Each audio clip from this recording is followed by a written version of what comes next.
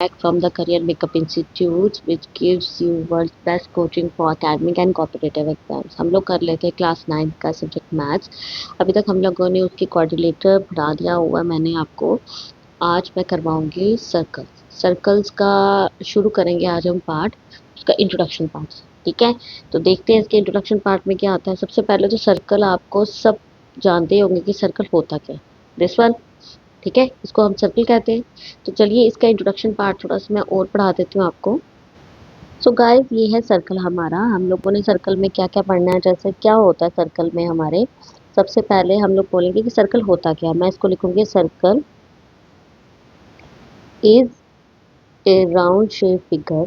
एक round shape figure होती है ये, shaped figure that has no corner. इसको कोई कॉर्नर नहीं होता, और एजेस, इसको कोई एज नहीं होता। ठीक है, अब सबसे पहले हम लोगों के पास क्या होता है सर्कल के लिए, सेंटर। इसको हम लोग सेंटर ऑफ सर्कल कहते हैं। अगर इस सर्कल में देखा जाए तो सेंटर ऑफ सर्कल क्या है, ओ है ना, ओ सेंटर ऑफ सर्कल। सेकंड जो आ जाता है हमारा, वो आता है रेडियस ऑफ सर्कल।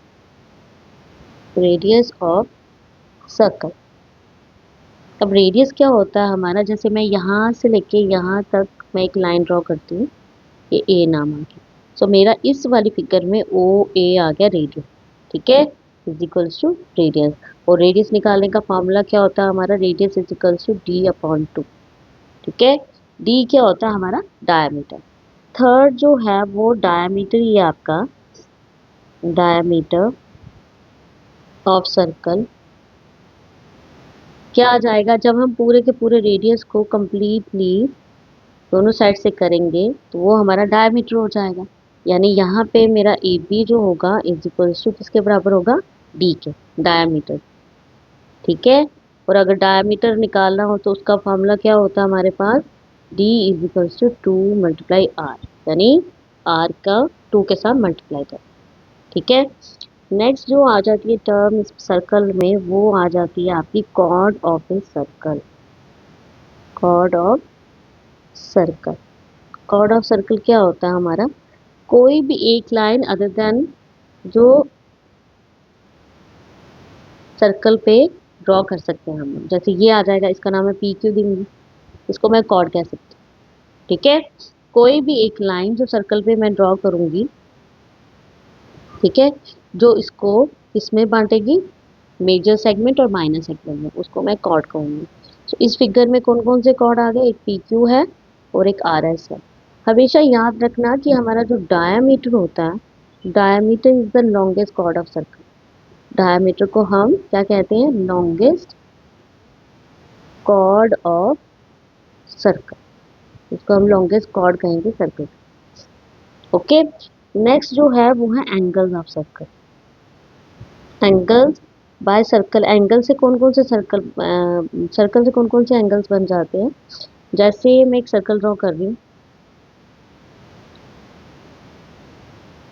ठीक है, दिस इज योर सेंटर। एक कॉर्ड ड्रॉ कर ली मैंने, पी क्यू, इसका नाम मैं क्या दे दूंगी, पी क्यू। तो सेंटर से लेके पी को मैं ज्वाइन करूंगी और ओ से लेके क्यू को ज्वाइन करूंगी, ये बन जाएगा एंगल बाय सर्कल। ठीक है, इसको कौन सा एंगल लिखूंगी मैं, एंगल पी ओ क्यू भी लिख सकती हूँ, एंगल ओ क्यू पी भी आ जाएगा, और एंगल ओ पी क्यू भी आ सकता, यानी ये तीनों एंगल्स आ जाएंगे। क्लियर, नेक्स्ट आ गई आपकी आर्क। क्या आ जाएगी आपकी, आर्क, आर्क ऑफ सर्कल। तो आर्क ऑफ सर्कल कैसे बनेगी आपकी, अगर आपने कोई ये कर दी हुई है, कॉर्ड ड्रॉ किया हुआ, कॉर्ड ड्रॉ किया है, मेरा पी क्यू हमारा यहाँ पे कॉर्ड है, तो नीचे की तरफ आपका एक वो आ जाएगा, मैं ले लेती हूँ यहाँ पे पॉइंट आर, और ऊपर ले लेती हूँ एस। ठीक है, ऊपर आ जाएगा एस। सो ये जो आ जाएगी हमारी, ये वाली, ये मेरी आ जाएगी माइनर आर्क। कौन सी आर्क आ जाएगी, माइनर आर्क।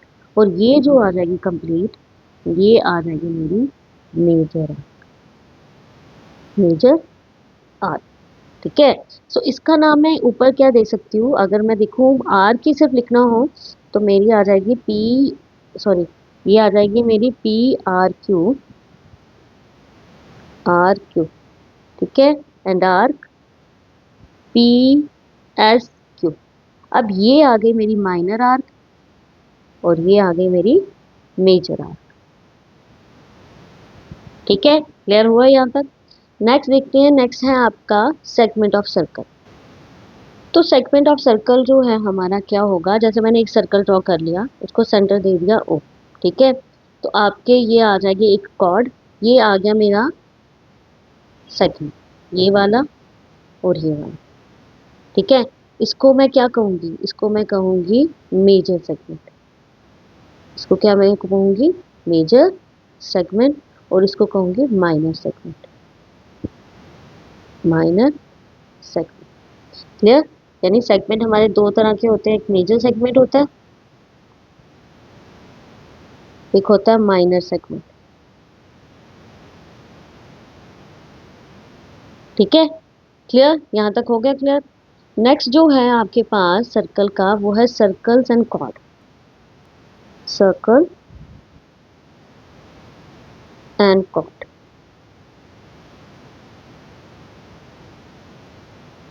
ठीक है, सर्कल और कॉर्ड का क्या रिलेशन, सबसे पहले तो है जो, वो ये है कि equal cord of a circle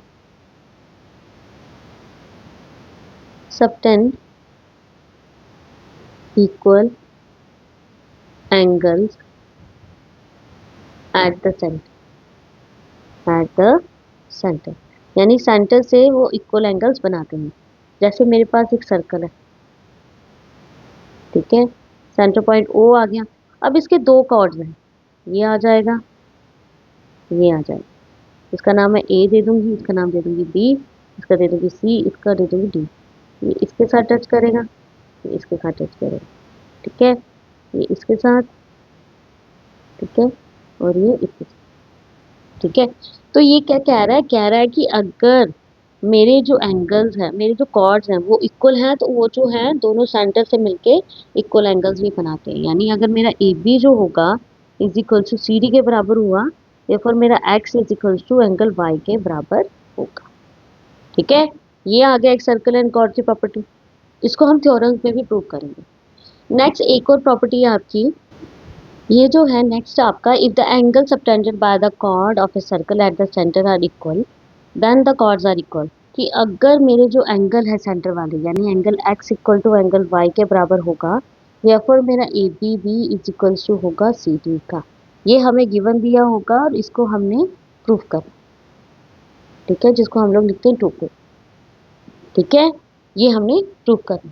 next जो है आपका, वो क्या है, the perpendicular from the circle, कि जो परपेंडिकुलर होगा,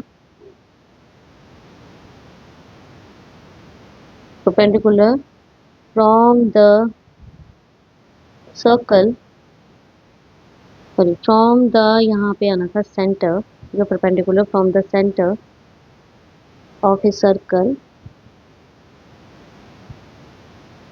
to a chord sorry guys, to a chord bisect the chord, bisect the chord, कि वो chord को bisect करते हैं। ये आ जाएगा आपका सर्कल, ठीक है, ये आ गया सेंटर। तो ये बोल रहा है कि अगर कॉर्ड है एक आपके पास, से फॉर एग्जांपल ये कॉर्ड आ गया ए बी, ये जो एक परपेंडिकुलर ड्रॉ होगा, ये हमारा बाइसेक्ट करेगा इसको, ये परपेंडिकुलर तो है 90 डिग्री तो है, लेकिन ये बाइसेक्ट भी करेगा इसको, यानी आपने प्रूव करना होगा कि A C equal to B C के बराबर है। जबकि आपको गिवन क्या दिया हुआ उसने, उसने गिवन दिया होगा कि angle O A, sorry O C A is equals to, हमें दिया होगा उसने O C A is equals to angle O C B is equals to 90 degree के बराबर। ठीक है, ये दिया होगा। नेक्स्ट जो है आपका, वो है कि the line drawn through the centre, through the centre of a circle, through the centre of a circle to bisect the chord, to bisect a chord is perpendicular is perpendicular to the chord. ये क्या होगा? Perpendicular होगा cord पे। ठीक है, जैसे एक circle आ गया आपके पास, ठीक है, ये आपका सेंटर आ गया, ये कॉर्ड बन रहा है आपका ए बी, ठीक है, परपेंडिकुलर।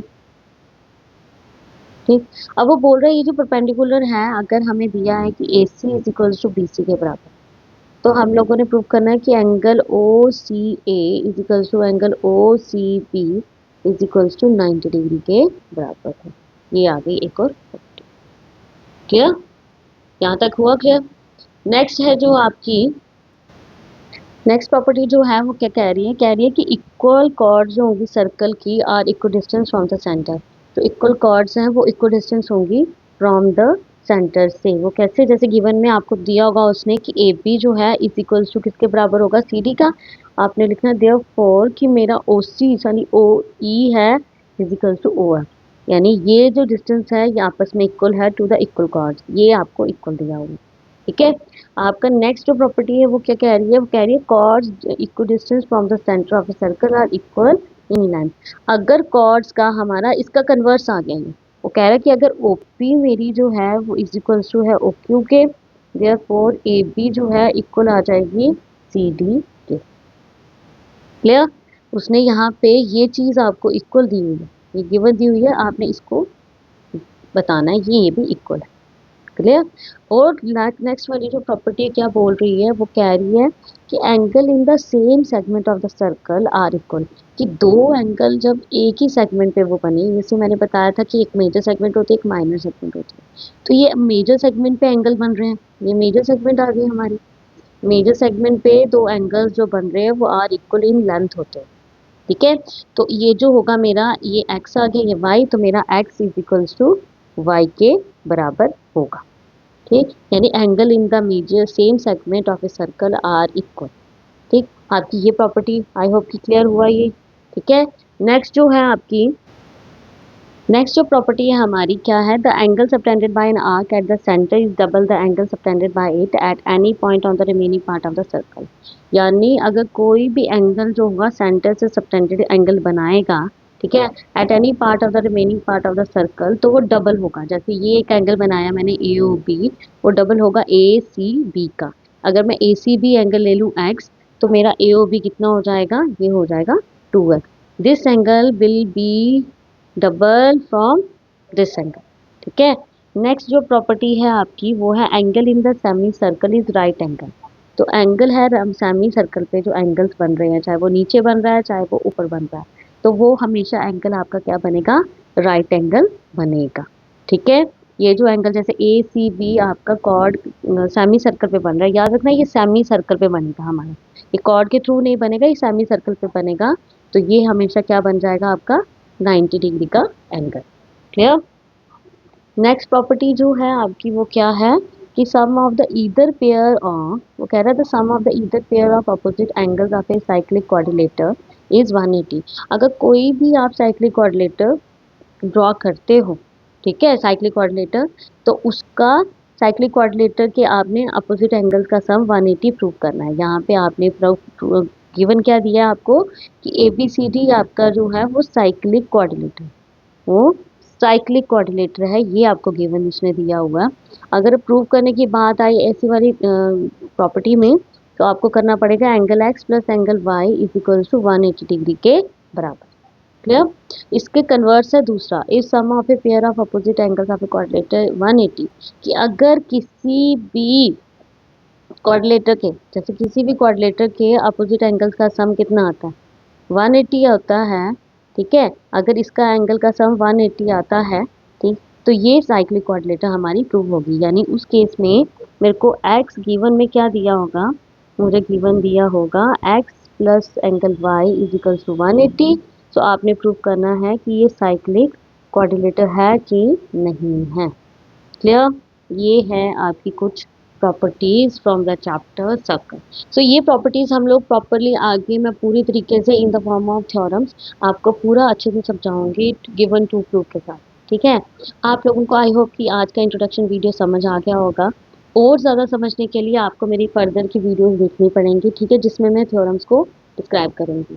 सो गाइस बहुत जल्द मिलती हूँ मैं आपसे थ्योरम्स के साथ। Till then bye and take care.